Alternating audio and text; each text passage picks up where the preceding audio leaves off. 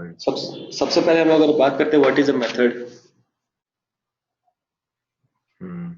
तो मेथड को हम लोग किस तरीके से डिफाइन कर सकते हैं? एक्चुअली मेथड होता क्या चीज है? Method is nothing but a set of statements or a collection of statements which is used to achieve a बिल्कुल। task or implement a task. Right. ठीक है। एक्चुअली में हम लोगों को कोई भी सेट हाँ। टास्क जो कंप्लीट करना रहता है वो हम इस मेथड्स में हम्म। लिखते हैं कि बिल्कुल। मान लो अगर कुत्ता भौंकता है तो उसको मेथड हम मतलब हम्म। उस फंक्शनैलिटी को बनाएंगे हम इस मेथड में। अगर कुत्ता काटता है तो उस हम्म। फंक्शनैलिटी को हम बनाएंगे इस मेथड में। ठीक है। तो हम्म। सेट ऑफ स्टेटमेंट्स अंदर में हम कभी भी स्टेटमेंट इसी के अंदर लिखते हैं ना, बाहर भी लिखते हैं वैसे हम मोस्ट ऑफ द टाइम हम इसमें स्टेटमेंट्स हम्म। लिखते हैं। तो ये क्या हो गया? Method is a collection of statements, सबसे पहली बात। बिल्कुल। ठीक है। हम्म। और set of statement which is use to achieve a task, कोई ना कोई टास्क, जैसे बार्क और ठीक। काटने के लिए, ठीक है, हम्म। बाइट हम्म। बाइट काटने के लिए, बार्क भागने के लिए, ठीक है, इस तरीके से स्लीप सोने के लिए, ये हम्म। सब सारे मेथड्स हम लोगों ने बना रखे हैं। तो method is nothing but a set of hmm. Statements or collection of statements which is use to achieve or implement a task. ठीक है। ठीक है। हम हम्म। हम लोग मेथड क्यों लिखते हैं? Code optimization. Code optimization, optimization का ऑप्टिमाइज। मतलब होता है कि कम से कम में ज्यादा होना। जैसे कि अगर हम ज्यादा। गूगल मैप्स में हम देखते हैं अगर कहीं पे जाना है तो वहाँ दो तीन रास्ते दिखाते हैं, कोई शॉर्टकट दिखाता है, लॉन्ग कट दिखाता है, इस तरीके से। हम्म। हम्म। शॉर्टकट जो दिखाता है वो हम्म। रूट ऑप्टिमाइजेशन है कि आपको यहाँ हम्म। से ही पहुंचा देगा उस जगह पे कम से कम टाइम में। कोड ऑप्टिमाइजेशन बिल्कुल। कम से कम। तो reducing the hmm. Number of lines of statements method use help करता है। होता है। ठीक है। हाँ। तो हम्म। अब बिल्कुल। हम देखते हैं क्लास में एक्चुअली में क्या क्या चीजें होती है। पहले तो सेट ऑफ वेरिएबल्स होते हम्म। हैं, उसके बाद सेट ऑफ मेथड्स ठीक है। होते हैं। तो उसको किस तरीके से होता हम है। समझ सकते हैं? जैसे मान लीजिए हम एक डॉग लेते हैं। डॉग का नेम हो हम्म। गया, कलर हो गया, टेक्सचर हो गया, फर, मतलब हम्म। फर के बारे में अगर लेते हैं स्मूथ है कि नहीं है। तो हम्म। जो चीज भी उसके उसकी जो खूबी पकड़ रहे, खूबी मतलब कि उसके आइटम्स जो उसके पकड़ रहे, नाम, कलर हम्म। और नेल्स, हम्म। ओके, और जो भी दिख रहा है वो सब चीज को हम जो पकड़ते हैं तो हम उसको बोलते हैं स्टेट्स और प्रॉपर्टीज। स्टेट या फिर ठीक है। प्रॉपर्टी। ठीक है। ठीक है। अगर हम डॉग का स्टेट। ऑब्जेक्ट बनाते हैं तो जो बेसिकली हम्म। हम वेरिएबल की बात कर रहे हैं, नेम हो गया, कलर हो गया, तो उसको हम बोलते हैं क्या? नेम। स्टेट और प्रॉपर प्रॉपर्टी। स्टेट। ठीक है। और जो bark, bite, state. Sleep, state. Drink, eat, ये सब क्या हो गया? इसकी हरकतें हो गई। तो सब क्या हो गया? मेथड। मेथड क्या हम्म। हो गया? बिहेवियर और एक्शंस। एक्शन। तो राइट। तो एक ऑब्जेक्ट जब हम बनाते हैं डॉग का, तो जो क्लास हम्म। होता है, class knows something in terms of variables, जानता है कुछ। ठीक है। हम्म। और हम्म। ये क्लास डज समथिंग, उसको यूटिलाइज करके, वेरिएबल्स को यूटिलाइज करके कोई ना कोई हम्म। मेथड से एक एक्शन बनाता है। जैसे हम राशन की दुकान में जाते हैं, हमें ढेर सारे राशन मिलते हैं। राशन क्या होगा? सारे स्टेट्स और प्रॉपर्टीज। हम्म। बिल्कुल। ठीक है। दाल हो गया, चावल हो गया, ठीक। अ, हाँ। बाकी के आइटम्स हो गए, करेक्ट। तो वो सब हमारे हो गए करेक्ट। वेरिएबल्स। बट उन सबको पका करके एक बढ़िया फंक्शनैलिटी बनाना, मतलब बढ़िया दाल बनाना या फिर बढ़िया पुलाव या फिर बिरयानी बनाना, वो हो गया एक्शन। हम्म। तो हमें बिल्कुल। पता था कि ये सब चीजों की जरूरत पड़ेगी। क्लास को पता था know something in terms of variables, hmm. But class does something, does something, behaviour और एक्शन जो होता है बाय यूटिलाइजिंग दिस। हम्म। ठीक है। उसको मेथड को बोलते हैं बार, बाइट, गुड। स्लीप, ड्रिंक, ईट। बाय। ठीक है। डॉग का अगर हम बिल्कुल। हमको ऑब्जेक्ट बनाना हो, हम किससे कैसे बनाएंगे? ये क्लास डॉग था, ये क्लास है dog. Hmm. Dog. Variable name ले लिए Sam, dog. Reference variable name ले लिए hmm. Sam is equal to new dog. Equal to constructor हो गया, बिल्कुल। इक्वल टू कंस्ट्रक्टर बिल्कुल। हो गया। अब हम्म। यहाँ पे ऑब्जेक्ट बनाया तो जेवीएम ने हीप मेमोरी में जब ऑब्जेक्ट बनाया तो जेवीएम ने इसमें क्या क्या डाला होगा? All non static, all non static members. Almost ready. तो बिल्कुल। ऑल स्टेट्स एंड बिहेवियर्स बोल सकता हूँ मैं ऐसा। ऑल स्टूडेंट, हाँ बोल सकते हैं, हाँ। हाँ, तो स्टेट्स में आ गया नेम, कलर, और बिहेवियर में bark, hmm, bite, sleep. Bark, bite, sleep. बिल्कुल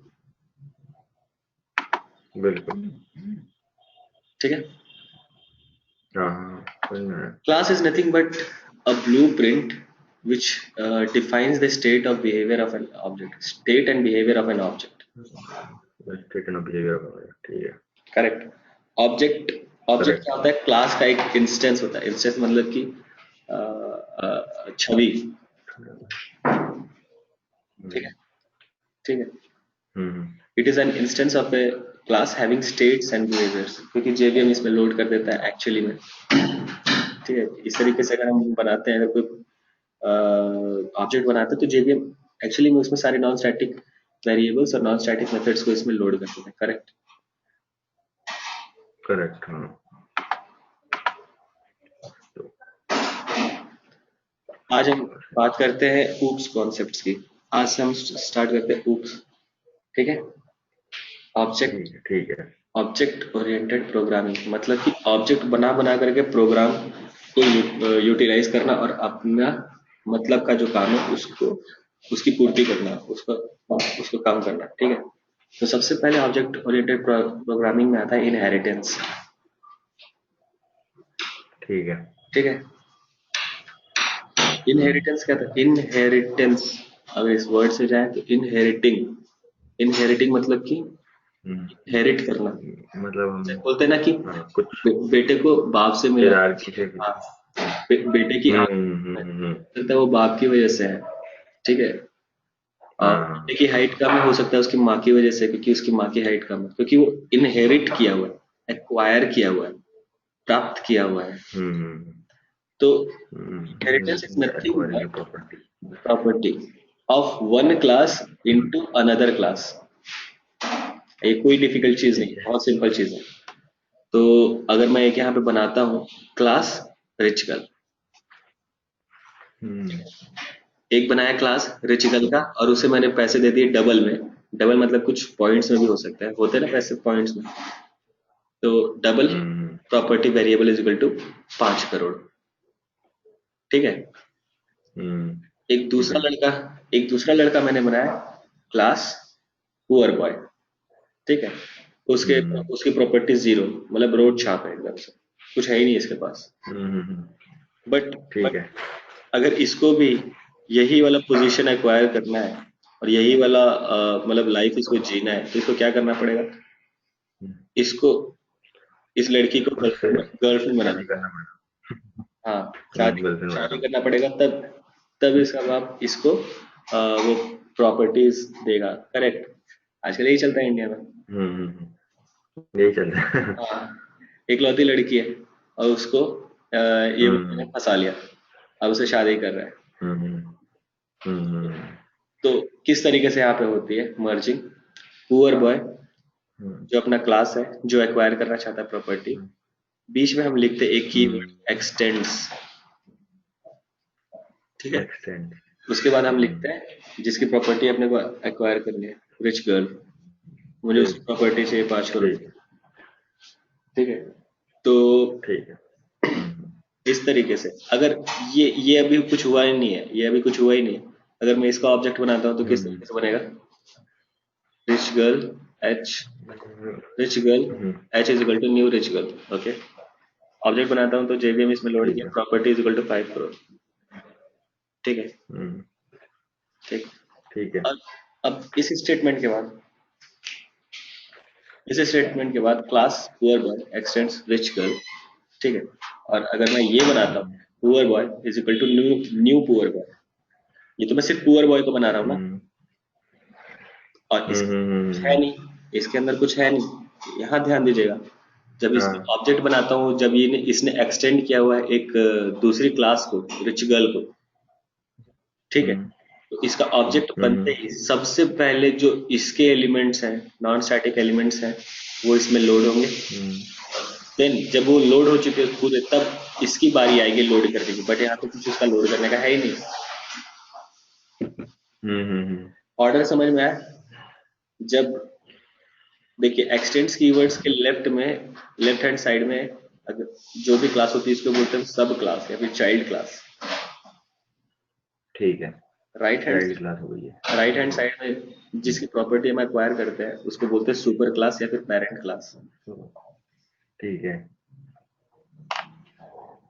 ठीक ठीक है। है। हम्म। तो ये तो चीज समझ में आया। अगर मैं इसका अगर सब क्लास की अगर मैं ऑब्जेक्ट बनाता हूँ, ठीक है, तो उसमें हम्म सबसे पहले एलिमेंट्स हम्म किसके आएंगे? नॉन स्टैटिक एलिमेंट्स किसके आएंगे? ये पेरेंट क्लास के, अच्छा, हाँ, पेरेंट क्लास के आएंगे, एग्जैक्टली। मतलब कि रिच गर्ल के। तो ये अच्छा, सबसे पहले मतलब ऑब्जेक्ट बना के हम डायरेक्टली कॉल कर सकते हैं उसको। हाँ, हाँ, क्योंकि आपने एक्सटेंड्स कीवर्ड यूज किया। मतलब नहीं लेकिन, हाँ नहीं लेकिन मैंने अभी तो ऑब्जेक्ट तो मैंने पुअर बॉय का बनाया है ना। हाँ, मैंने रिच गर्ल वाला ऑब्जेक्ट तो वैसे बनाया ही नहीं मानो। तो रिचुअल का आपने मैं बनाया, पुअर।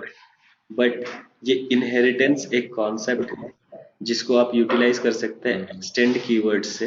एक्सटेंड हम्म कीवर्ड्स जब आप लिखते हैं हम्म सब क्लास हम्म के बाद और सुपर क्लास को अटैच करते हैं इसमें, करेक्ट?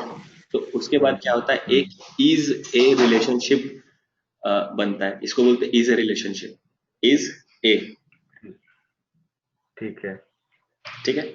तो इस रिलेशनशिप के इनहेरिटेंस में जब इज ए रिलेशनशिप को दिखाने के लिए, दर्शाने के लिए हम लोग एक्सटेंड्स कीवर्ड का यूज करते हैं। ओके। तो जब मैंने एक्सटेंड्स कीवर्ड का ठीक यूज है। किया है, तो सबसे पहले तो ये हम लोग देख लें कि हम्म पुअर पुअर बॉय की जो क्लास है उसमें कोई भी स्टेटमेंट्स और कोई भी कुछ भी नहीं है। मेरा मतलब कोई हम्म। स्टेट्स और कोई बिहेवियर्स नहीं है। नॉन स्टैटिक एलिमेंट्स इसमें नहीं है जो कि इसमें लोड हो। ठीक है। तो उसके बाद अगर हम बोलते हैं कि अगर मैंने पुअर बॉय का ऑब्जेक्ट बनाया, ठीक है, एक्सटेंड्स के हम्म बाद जब इसने एक्सटेंड किया रिच गर्ल को, तो उसमें ऑर्डर में अगर हम्म जाए तो सबसे पहले जो रिच गर्ल की हम्म, मतलब स्टेट्स और बिहेवियर्स है, नॉन प्रॉपर। स्टैटिक मेंबर्स हैं, हाँ। नॉन स्टैटिक मेंबर्स है, वो आ जैसे जाएंगे। Property is equal to 5 crore, वो आ जाएंगे।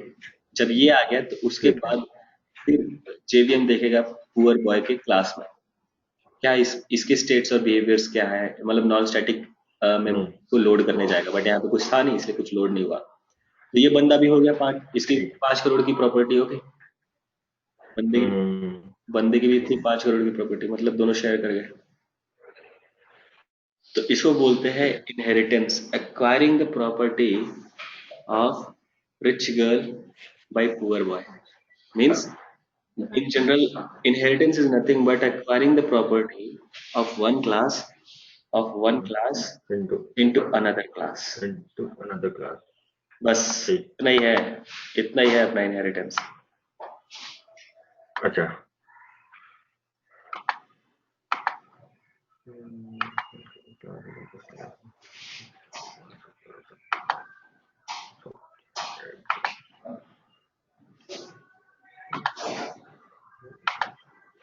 Okay, to create a relationship between class, always use extends keyword, EXTENDS।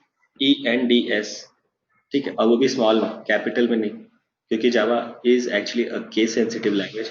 कल मैंने आपको दिखाया था, मैंने एक वेरिएबल क्रिएट किया SUM, ओके, स्मॉल में, हम्म और एक वेरिएबल क्रिएट किया कैप्स में, दोनों सम, तो दोनों में अलग अलग वैल्यूज होल्ड कर रही थी, करेक्ट? Yes yes. हाँ, तो केस सेंसिटिव लैंग्वेज है, तो यहाँ पे भी अगर हम लिखते हैं एक्सटेंड्स, तो ये कैपिटल ई नहीं होना चाहिए और एस जरूर होना चाहिए। कुछ लोग एक्सटेंड लिख देते हैं तब भी काम ठीक है। करता है, एरर आता है। ये क्या है, रिजर्व्ड कीवर्ड है ठीक है। एक्सटेंड्स। रिजर्व्ड कीवर्ड मतलब कि जावा में हाँ, पहले से प्री डिफाइंड है। पहले से प्रेडिक्ट है। हम्म, मैंने आपको एक लिस्ट दिखाई थी जिसमें जावा के 53 हाँ हाँ, प्री डिफाइंड कीवर्ड्स। 53 थे। हाँ, उसमें हम बिल्कुल कहीं और बिल्कुल यूटिलाइज याद है। कर सकते, एरर आएगा। ठीक है। ठीक है। हम्म। To create a relationship between class, we always use extends keywords। आपको पता चल गया इसमें poor boy extends rich girl, दोनों की प्रॉपर्टी 5 करोड़ की हो गई, दोनों के दोनों क्या अमीर हो गए। ओके। ठीक है। तो हम्म इस तरीके से करना चाहिए। इनहेरिटेंस कॉन्सेप्ट इसमें हेल्प करता है। The class which exist left hand side, left hand side आपको LHS मैंने दिखाया, ठीक है, कि इज नोन एज सब और चाइल्ड और डिराइव्ड क्लास, सब क्लास या फिर चाइल्ड क्लास और डिराइव्ड बिल्कुल। क्लास बोलते हैं उसको। ठीक है, द क्लास विच ठीक है। Exist on right hand side is known as super और पेरेंट और बेस क्लास। बट पेरेंट और बेस याद रखने की जरूरत नहीं है, चाइल्ड और डिराइव्ड क्लास याद रखने की जरूरत नहीं है, सब और सुपर ही बोलते हैं इन जनरल। ठीक है, तो राइट हैंड साइड मतलब रिच गर्ल का जो क्लास था, रिच गर्ल की क्लास को हम लोग एक्वायर कर रहे थे उस, तो वो हो गया सुपर। ठीक है, ठीक है। ठीक है। ठीक है, याद हो गया। extends is a keyword which is used to create is a relationship। ये आपको समझ में आ रहा है, सिर्फ is a relationship ये याद रखिएगा। दो टाइप के रिलेशनशिप्स ठीक होते है। हैं, is a relationship और has a relationship। तो has a relationship वो आगे का कॉन्सेप्ट है। ठीक है, ठीक है। ठीक है। when an object is created ठीक for है। a super class all आपको ये दिखाता हूँ।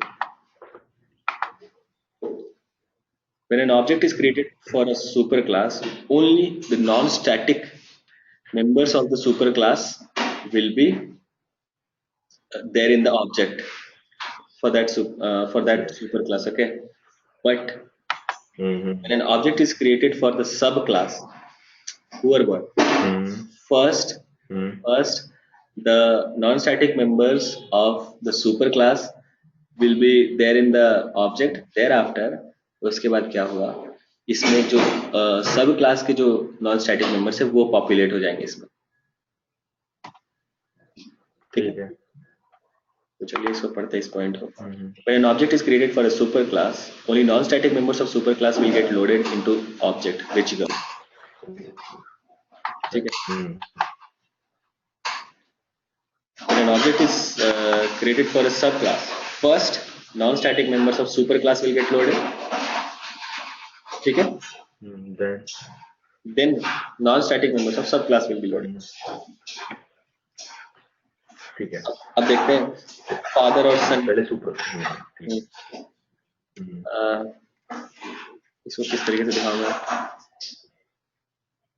एक कर सकता हूँ। अच्छा, मैं आपको ये बता दूं कि जब भी हम कोड लिखते हैं, एक वर्ड होता है कैमल केस। जैसे मैंने लिखा कैप्स में RIC, रिच गर्ल, जी भी बड़ा कर दिया। ये कैमल केस हम क्यों लिखता है? अगर ऐसे लिखता तो ये पढ़ने में थोड़ा सा ऑकवर्ड लगता है, और ऑकवर्ड इन द सेंस क्योंकि हम लोग स्पेस नहीं दे रहे हैं, ठीक है? और ऊपर से अगर स्पेस देते तो दो अलग अलग स्ट्रिंग्स हो जाते हैं, करेक्ट? बिल्कुल बहुत इशू होता है, तो इसलिए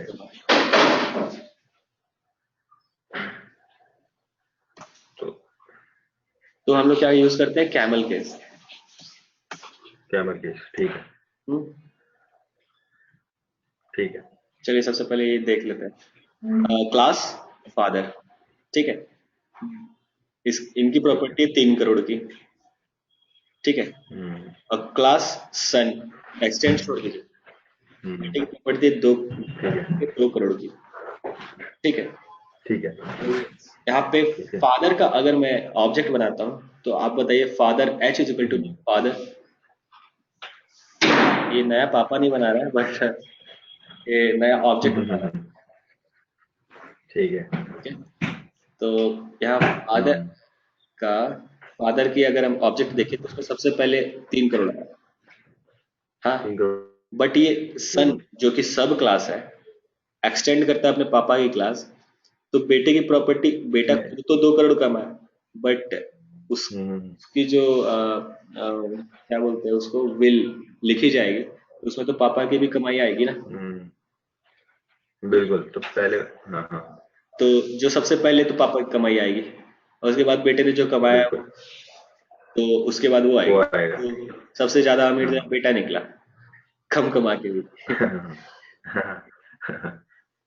तो यूनिफाइड मॉडलिंग लैंग्वेज UML के हिसाब से अगर हम क्लास को दिखाते हैं, रिप्रेजेंट करते हैं, तो इस तरीके से एक बॉक्स बनाते हैं, फादर लिखते हैं, उसके बाद उनके नॉन स्टैटिक मेंबर्स लिखते हैं, फिर एक सिंगल डाउन एरो, फिर दूसरे क्लास का हम एक बॉक्स बनाते हैं, सन लिखते हैं, फिर उसका नॉन स्टैटिक एलिमेंट। ओके, ठीक है, okay. Super class can not have an access from sub class. अगर आप ऐसा चाहे कि सुपर क्लास में अगर प्रिंट कराना चाहे कि यहाँ पे और आपने system dot out dot print लिख दिया, ये इसका इसका आप यूटिलाइज करना चाहते हैं ये प्रॉपर्टी, ठीक है, मतलब जो कि सन में ये तो दूसरा क्लास है और दूसरा ऑब्जेक्ट है, ये सब क्लास है, तो आप यहाँ पे क्या यूटिलाइज कर पाएंगे? नहीं, क्योंकि आपके ऑब्जेक्ट में वो वैल्यू अवेलेबल ही नहीं है। बात को समझ रहे हैं? देखिए, अगर मैं यहाँ चाहता हूँ कि यहाँ पे तो सिर्फ पापा की वैल्यू अवेलेबल है, ठीक है, ठीक है। अगर मैं यहाँ पे चाहता हूँ कि यहाँ बेटे की वैल्यू को भी यूटिलाइज कर सकूँ, प्रिंट करा सकूँ, यहाँ पे अगर कोई ना कोई स्टेटमेंट लिखता system dot out dot println property of son, यहाँ प्रॉपर्टी 1 प्रॉपर्टी 2 कर देते वेरिएबल की, प्रॉपर्टी 2 प्रिंट कराना चाह रहा होता, तो क्या यहाँ पे प्रॉपर्टी 2 अवेलेबल है? नहीं, प्रॉपर्टी 1 अवेलेबल है जो कि 3 करोड़ है, वो भी पापा की है। बट अगर मैं यहाँ पे लिखता हूँ system dot out dot println जो कि प्रिंटिंग स्टेटमेंट है, और उसमें लिखता हूँ प्रॉपर्टी 2 नहीं प्रॉपर्टी 1, तो अगर मैं इसका ऑब्जेक्ट बना रहा हूँ इस क्लास का, तो इस क्लास का तो होगा ही होगा, बट इस क्लास का भी नॉन स्टैटिक मेंबर होगा। Property 1 is equal to 3 crore, property 2 is equal to 2 crore, तो यहाँ पे प्रॉपर्टी 1 भी मैं प्रिंट करा सकता हूँ इस क्लास में, प्रॉपर्टी 2 भी मैं प्रिंट करा सकता हूँ, क्योंकि ये दोनों नॉन स्टैटिक मेंबर्स यहाँ पे अवेलेबल है। ठीक है, क्रिस्टल क्लियर है? बिल्कुल बिल्कुल क्लियर है। तो super class can not have access for sub class, super class can not inherit or acquire sub class property. Super class का एक्सेस सब क्लास में नहीं होता, बट सब क्लास का एक्सेस एक्चुअली सुपर क्लास में होता है, क्योंकि उसके ऑब्जेक्ट में वो चीज पॉपुलेट होगी रहती है।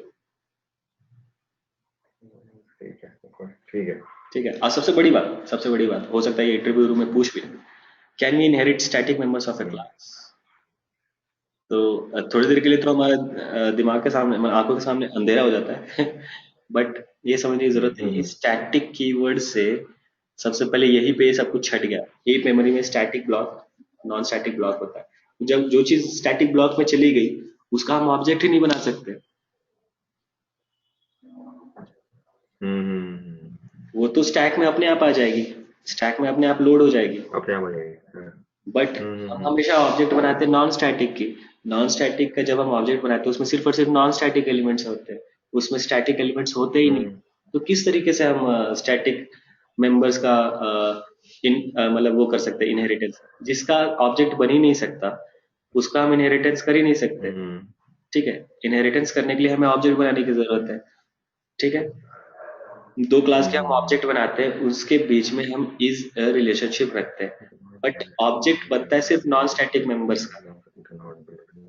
ठीक है, ऑब्जेक्ट बनता है सिर्फ और सिर्फ नॉन स्टैटिक मेंबर्स का, करेक्ट। ऑब्जेक्ट बनता है सिर्फ और सिर्फ नॉन स्टैटिक मेंबर्स का। स्टैटिक मेंबर्स तो अपने आप ही स्टैटिक ब्लॉक में मौजूद रहते हैं जो कि लोड हो जाते हैं स्टैक। ओके, ठीक है, मतलब इनहेरिटेंस टोटली मतलब नॉन स्टैटिक के लिए ही चलता है, मतलब ऑब्जेक्ट लेवल पे ही काम होगा इसका, मतलब जो भी हम डिफाइन होंगे, मेथड्स होंगे, प्रॉपर्टीज होंगी, जो भी होगा वो सब वैसे होंगे बिना नॉन स्टैटिक वाले, तो ही वो दूसरी क्लास में एक्सटेंड होंगे। मतलब अगर कुछ स्टैटिक है तो वो मतलब किसी तरीके से सब क्लास में ही आएगा। हाँ, क्योंकि हम ऊप्स की बात करें ना, तो ये इनहेरिटेंस कॉन्सेप्ट ही है ऊप्स का, ऑब्जेक्ट ओरिएंटेड प्रोग्रामिंग। ऑब्जेक्ट मतलब ये स्पेसिफिकली नॉन स्टैटिक, हाँ स्पेसिफिकली नॉन स्टैटिक केस के लिए वैलिड है चीज, ये वाली प्रॉपर्टी है, या ये कॉन्सेप्ट ऊप्स वाला, राइट?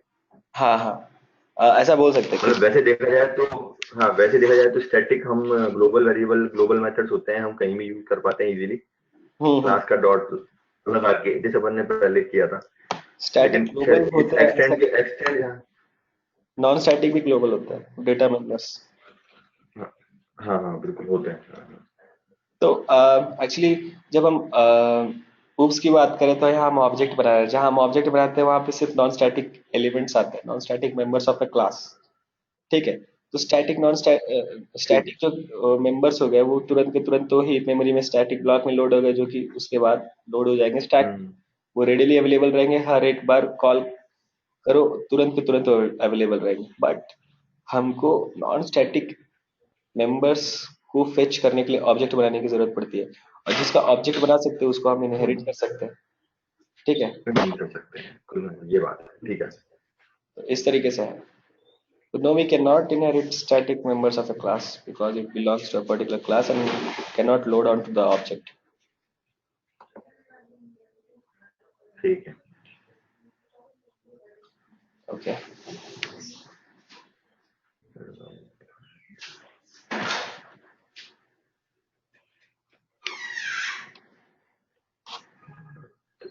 इसको मैं करके दिखाता हूँ।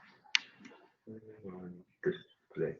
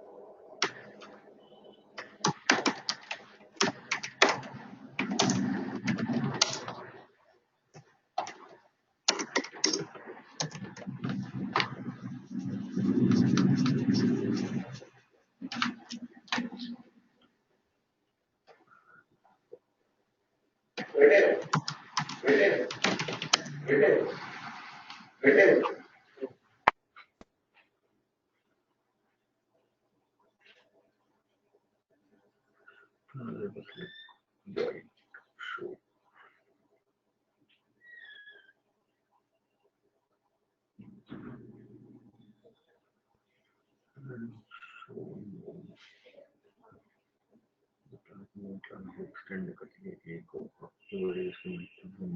यूज कर सकते हैं।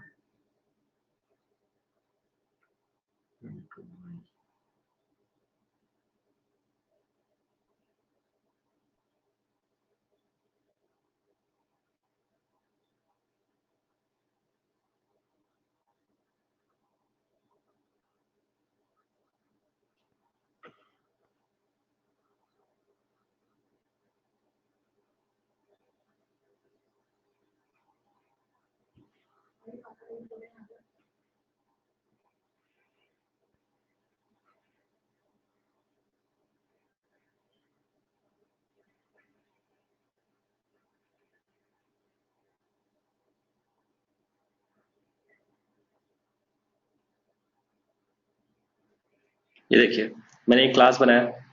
ठीक है, हम्म। ठीक है, एक क्लास बना ए, एक क्लास बनाया बी। अब एक क्लास मुझे बनाना है टेस्ट करके। ठीक है, इसमें ए क्लास में मैंने क्या किया, शो लिखा। उसमें क्या कर रहा हूँ मैं, system dot out dot println, मैं ये बता रहा हूँ कि ये ए क्लास में चल रहा है, ये बी क्लास में चल रहा है। ठीक है, ठीक अब मैं एक क्लास बनाता हूँ। एक ही फाइल में अगर मैं ढेर सारी क्लासेस बनाता हूँ तो क्या होता है, डॉट क्लास फाइल बन जाएगी। 3 डॉट क्लास फाइल बनेगी। करेक्ट, हमें उसको सेव डॉट करना होगा तीन डॉट क्लास उस क्लास के नाम पे, हमें उसको सेव करना होगा उस क्लास के नाम पे जिसपे मेन, जिसमें मेन मेथड है, जिस क्लास में मेन मेथड है। तो हमें यहाँ पे सेव बिल्कुल करना, बिल्कुल।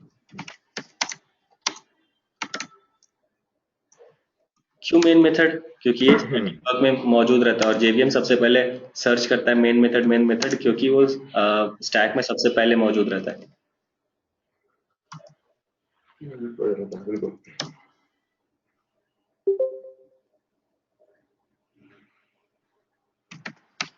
System dot out dot println. अब मैं यहाँ पे ऐसे करता हूँ, यहाँ मैं दिखा रहा हूँ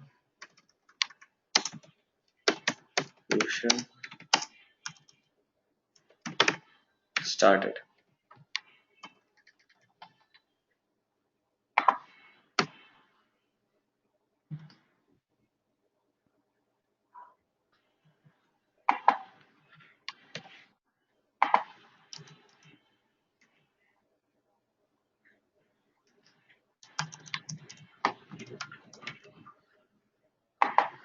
और यहाँ पे मुझे दिखाना है, अब मैं ऑब्जेक्ट बनाता हूँ ए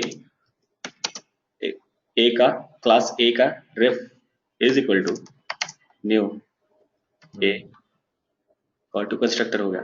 ये ज्यादा स्पेस रखते थोड़ा सा दिखाई दे। ओके, ये देखिए अभी मैंने क्या किया, ए का क्लास बना है। ये सबसे पहले एक ये मैंने तीसरा क्लास लिखा है जिसमें एक ही मेन मेथड है। उसके बाद अब मैं इस क्लास का, क्लास ए का, इस क्लास ए का मैं वो बना रहा हूँ ऑब्जेक्ट। ठीक है, तो जब मेरा कंट्रोल इस ऑब्जेक्ट में जाएगा, इस क्लास के ऑब्जेक्ट में जाएगा, तो क्या प्रिंट होना चाहिए, रनिंग शो इन ए। ठीक है, ठीक है। अब मैं लिखूंगा, एक सेकंड,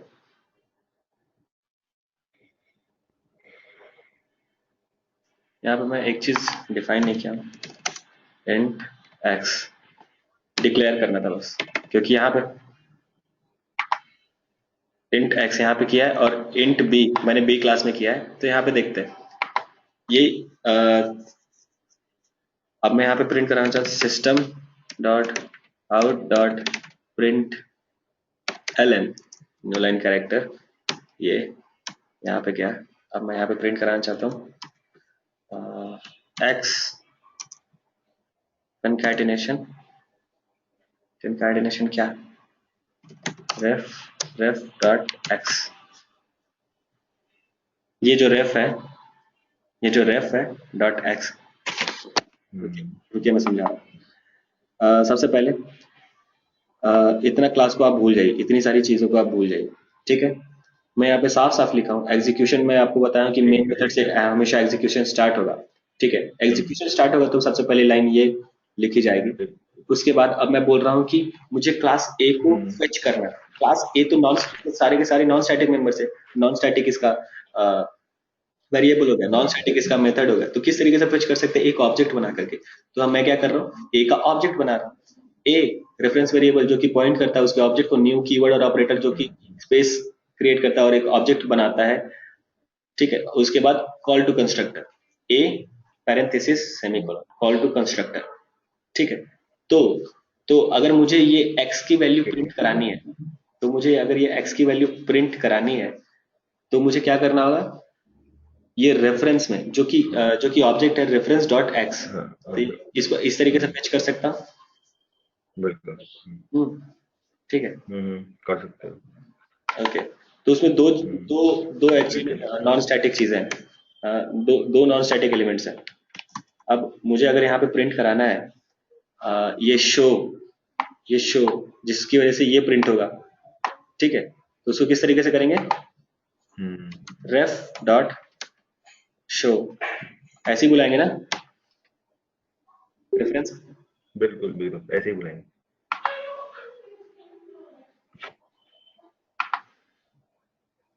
ओके, ठीक है, अब ये सब तो हो गया। अब इतना तो मैंने देख लिया। ठीक है, ये तो सुपर क्लास था। अब मुझे देखना है सब क्लास का।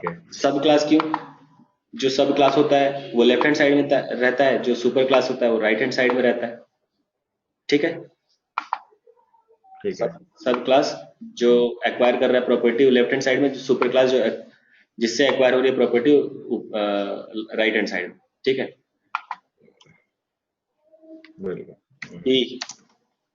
रेफ 1 बदल गया, ये चीज बी का ऑब्जेक्ट बना रहा हूँ। तो इसमें आप बताइए कि मुझे अगर मैं बी का ऑब्जेक्ट बनाता हूँ तो इसके ऑब्जेक्ट में क्या क्या चीज अवेलेबल रहेगा। इसमें अपने पास क्लास ए का सभी नॉन स्टैटिक वेरिएबल्स अवेलेबल रहेगा, वेरिएबल्स और मेथड। तो अगर मैं रेफ डॉट शो करता हूँ और प्लस बी का इसमें, इस ऑब्जेक्ट से इसका ऑब्जेक्ट बनाए, तो क्या इसके ऑब्जेक्ट में क्लास ए का मेथड रहेगा? बी के ऑब्जेक्ट में हाँ रहेगा, बिल्कुल रहेगा ना? मतलब रेफ वन डॉट शो करना पड़ेगा। हाँ रहेगा 100%। रेफ वन डॉट शो। तो अभी तक मैं सही जा रहा हूँ? हाँ मतलब मेरे हिसाब से अपने को ए का करने की जरूरत भी नहीं थी, डायरेक्ट बी से ही सारा काम हो जाता, क्योंकि बी के पास सारी प्रॉपर्टीज हैं ए की। और एग्जैक्टली। पता है रेफ वन डॉट डिस्प्ले, है ना, डिस्प्ले। बट मुझे अगर ए का अगर मैं ऑब्जेक्ट ना बनाऊं तो मुझे ये भी तो नहीं पता चलेगा कि मैं सिर्फ और सिर्फ लिमिटेड हूँ ए तक, जब तक इनहेरिटेंस का कॉन्सेप्ट नहीं है। यहाँ पे लग गया मेरा इनहेरिटेंस का कॉन्सेप्ट, तो सबसे पहले इसमें ए की प्रॉपर्टी आ गई, उसके बाद बी की प्रॉपर्टी आ गई इसके ऑब्जेक्ट में। ठीक है, बिल्कुल बिल्कुल। अभी तक आई थिंक मैंने सही किया। ठीक है। अब मैं इसको किस तीन क्लासेस हो गए मेरे एक ही फाइल में, तो मैं सेव करूंगा इसको टेस्ट के नाम पे, क्योंकि इसमें मेन मेथड है। ठीक है, यहाँ मैं सेव करता हूँ इसको। राकेश एक सेकंड, इसमें ये जो प्रिंट हो रहा है सिस्टम एक्स की जो वैल्यू प्रिंट कर रहे हैं, ये एरर नहीं देगी क्या? डिफॉल्ट वैल्यू, क्योंकि इंट एक्स इनिशियलाइज डिक्लेयर हुआ है, इनिशियलाइज हुआ नहीं है, और डिफॉल्ट वैल्यू ये लेगा नहीं मेरे हिसाब से, इसकी ले लेगा? देखते हैं। ये देखना चाहता हूँ। बट ये ध्यान दीजिए, ये चीज लोकल नहीं है, ग्लोबल है। हाँ ग्लोबल है। हाँ ये है, एक्चुअली में ये करके देखा हुआ नहीं है कभी स्टैटिक के साथ, तो डिफॉल्ट वैल्यू प्रिंट किया हुआ है। हाँ, ये ट्राइंग मतलब देखना पड़ेगा।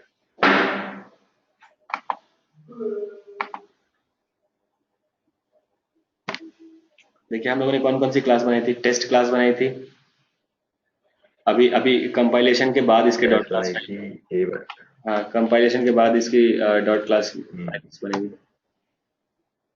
ठीक है, अब यहाँ पे हम लोग करते हैं इसको जावा, कंपाइलर को बुलाया जावा सी टेस्ट डॉट जावा।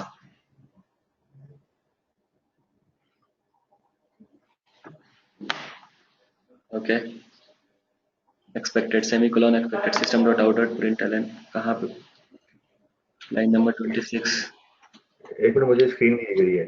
हाँ अब दिखी।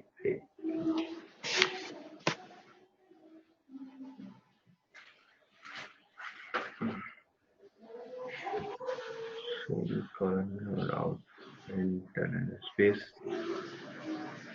system out ये डॉट नहीं लगाया अपन ने, कहाँ पे? System dot out dot println, ये क्लास टेस्ट के अंदर third line, second third fourth line, ये। नाइस। ओके, और कुछ देखते हैं। आई थिंक स्पेस के साथ चल जाएगा।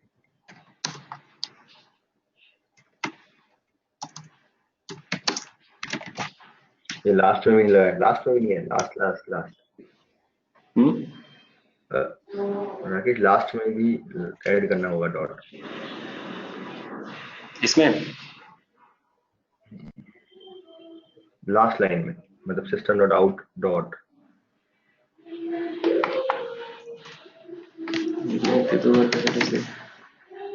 System dot out dot println, ये रेफ वन ये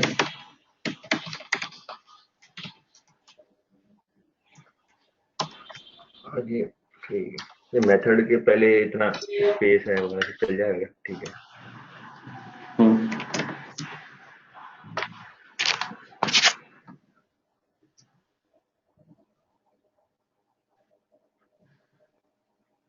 ref1 dot display, cannot find symbol, ref1 dot display, variable ref1 of method type space होगा शायद।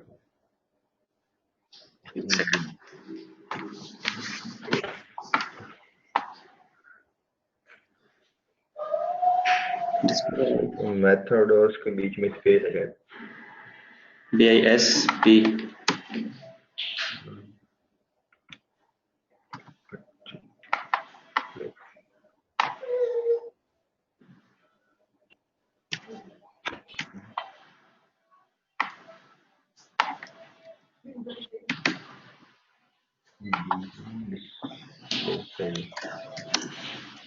ये स्पेस आ रहा होगा शायद, इस वजह से प्रॉब्लम है क्या?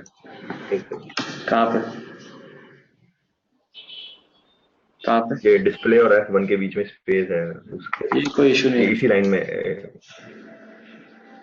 अच्छा ये इशू नहीं है, स्पेस और ठीक है।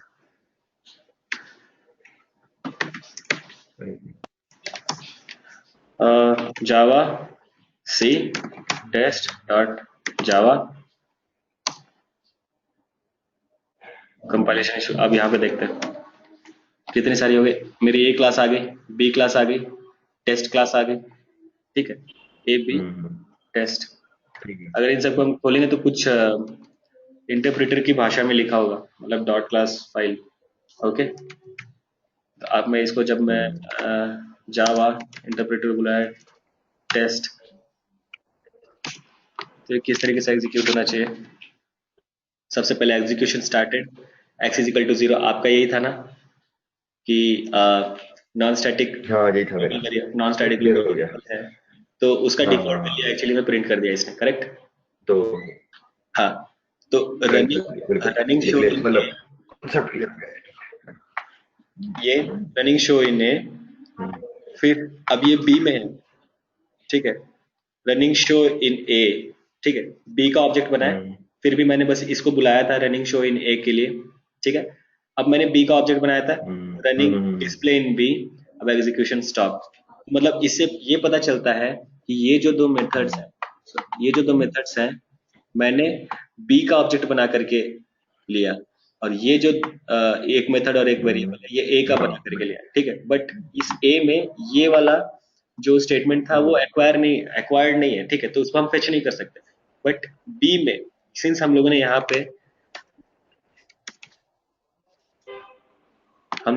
पे एक्सटेंड्स कीवर्ड यूज किया है, इसलिए इसका जब हम ऑब्जेक्ट बना रहे हैं तो हमारे पास ए की भी प्रॉपर्टीज है, इसमें बी की भी प्रॉपर्टीज है, इसीलिए यहाँ पे बी पे भी हम बी में भी चल रहे हैं, हम ए में भी चल रहे हैं, मतलब एक ही ऑब्जेक्ट में हम ए के ऑब्जेक्ट में नहीं जा रहे, एक ही ऑब्जेक्ट में सब कुछ है, एक ही ऑब्जेक्ट में सब कुछ है, सब ए का भी प्रॉपर्टी है, बी का भी, ठीक है। सब जगह सब कुछ, बिल्कुल ठीक है। अब यहाँ तक तो समझ में आ गया।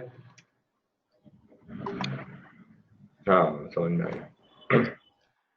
Can we inherit static members of a class? अभी क्वेश्चन था, नहीं हम लोग नहीं कर सकते। नो, हाँ, हम लोग नहीं कर सकते क्योंकि वो static members of a class जो होते हैं वो स्टैटिक ब्लॉक में हीप मेमोरी में मौजूद होते हैं, जिनका हम ऑब्जेक्ट नहीं बनाते, वो रेडिली अवेलेबल रहते हैं स्टैक मेमोरी में, तो हमें वो ऑब्जेक्ट उनका बनता ही नहीं है, तो उनका इनहेरिटेंस हो ही नहीं सकता, ठीक है। अ, अ, सी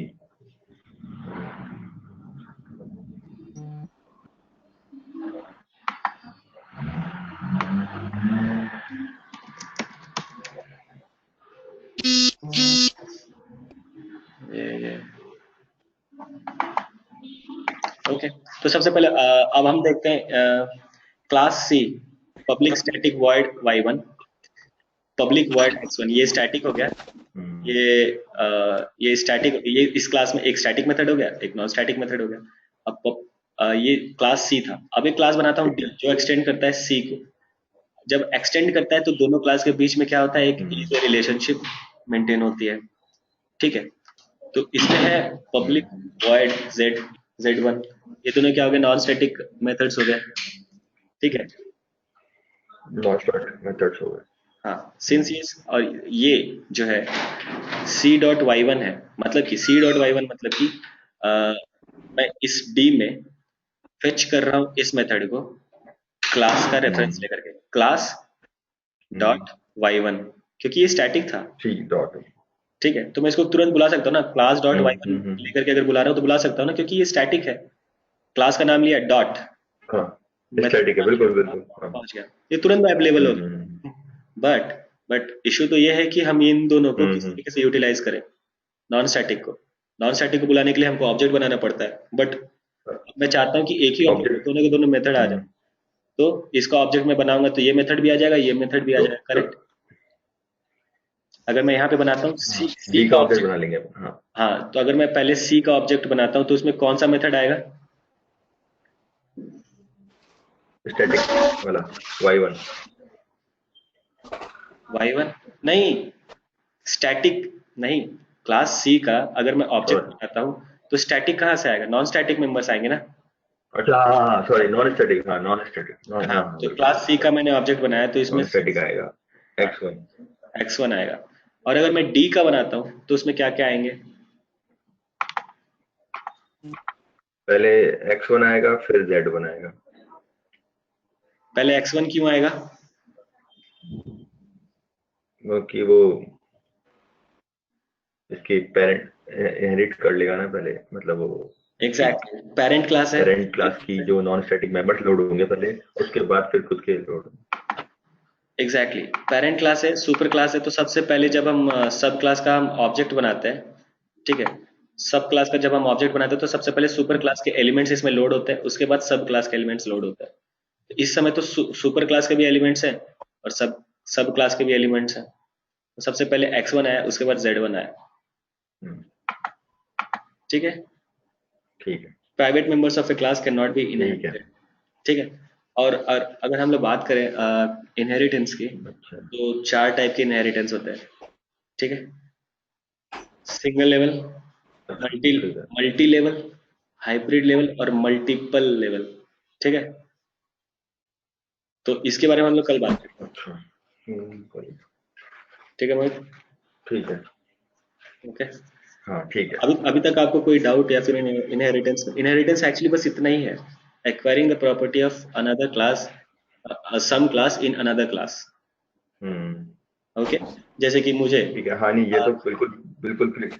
हम्म, हाँ, अगर मान लीजिए मुझे अमीर होना है, या फिर मान लीजिए मुझे कोई फैक्ट्री चाहिए, या फिर कोई लैंडलॉर्ड की बेटी से अगर मैं शादी कर लूं तो उसकी जमीन ही मेरी जमीन होगी। हम्म, ठीक है, अगर मैं किसी हम्म, लड़की से शादी कर लूं तो उसकी प्रॉपर्टी मेरी प्रॉपर्टी होगी। Acquiring the property of some class in hmm, one class in in another class. ठीक है, तो ये होता है दिमाग लड़ाना। इससे एक्चुअली क्या होता है, बिल्कुल। इनहेरिटेंस हम लोग क्यों यूज करते हैं? हम्म, इनहेरिटेंस हमको हेल्प हम्म, करता है कोड ऑप्टिमाइजेशन में। कैसे? हमें एक ही टाइप का मेथड बार बार हर एक क्लास में डिफाइन करने की जरूरत नहीं है। क्यों? मान लीजिए आईसीआईसीआई का, जरूरत नहीं, अगर बिल्कुल। आईसीआईसीआई का एप्लीकेशन, तो लाखों लाइन होंगे उसमें कोड्स के। तो हम्म, अगर हम ये इस तरीके से ऑप्टिमाइजेशन ना करें तो वो तो 1 करोड़ लाइन पहुंच जाए कभी, पता ही ना चले किसी को, मतलब बहुत ज्यादा लाइन्स हो जाएंगी। और जिस हम्म, से बिल्कुल। प्रोसेसिंग हम्म, स्लो भी होगा। करेक्ट। ठीक है, तो करेक्ट। एक बार हम लोगों ने अगर कोई ऐसा क्लास लिख दिया है तो उसको हम बार बार यूटिलाइज कर सकते हैं ना, वहां से बुला करके। हम्म, हम्म, बिल्कुल। तो इस तरीके से मैं बोल रहा हूँ, इनहेरिटेंस एक्चुअली हम लोग को मदद करता है कोड ऑप्टिमाइजेशन में। ओके, बिल्कुल बिल्कुल। अभी आप समझे हम्म, कोड ऑप्टिमाइजेशन क्या है, कि अगर एक जगह पीस ऑफ कोड लिखा हुआ है, अगर मुझे उसकी हाँ। जरूरत है तो मैं उसको यूटिलाइज कर बिल्कुल। सकता हूँ कॉल करके। कैसे? अपने नाम के साथ एक्सटेंड्स लगा दूंगा और वो मेरा सुपर क्लास हो जाएगा। वो मुझे जैसे हम्म, राइट साइड वाला भगवान हो गया, भगवान से मैं कुछ ले रहा हूँ। ठीक है, करेक्ट। बिल्कुल बिल्कुल। कोई डाउट? मुझे ऐसा लग रहा है करेक्ट। कुछ कुछ डाउट है। नहीं नहीं, नहीं नहीं, अभी कोई डाउट नहीं है, अभी तो बिल्कुल क्लियर हो गया। ये सेकंड एग्जांपल था, इससे बिल्कुल क्लियर हो गई चीज, स्टैटिक नॉन स्टैटिक और ओके, वो कोई दिक्कत नहीं। Okay, okay, okay. मैं बनाऊंगा इसको थोड़ा, इसको थोड़ा। हाँ हाँ, मैं आपको ये नोट्स दे देता हूँ। तो कल हम लोग करेंगे Hey, सिंगल Rakesh, या हु इज दिस? what ठीक Himangi? है, ठीक है। हाँ, Which topic you are on right now? right now I'm teaching inheritance concept. Just now I Okay, have started okay, this object-oriented programming. So the first concept hmm, was inheritance concept. So okay, fine. this is going to be the basic one. Hmm. Okay. All right, guys. I'll meet you tomorrow. कल मिलता हूँ मोहित आपसे भी। Okay, मोहित। हाँ ठीक है, ठीक है, कल। ठीक, कल 7:30 बजे। कल लेट नहीं होगा। ओके हाँ नहीं नहीं, अपन 8 बजे भी कर सकते हैं, मतलब इतना वो नहीं है।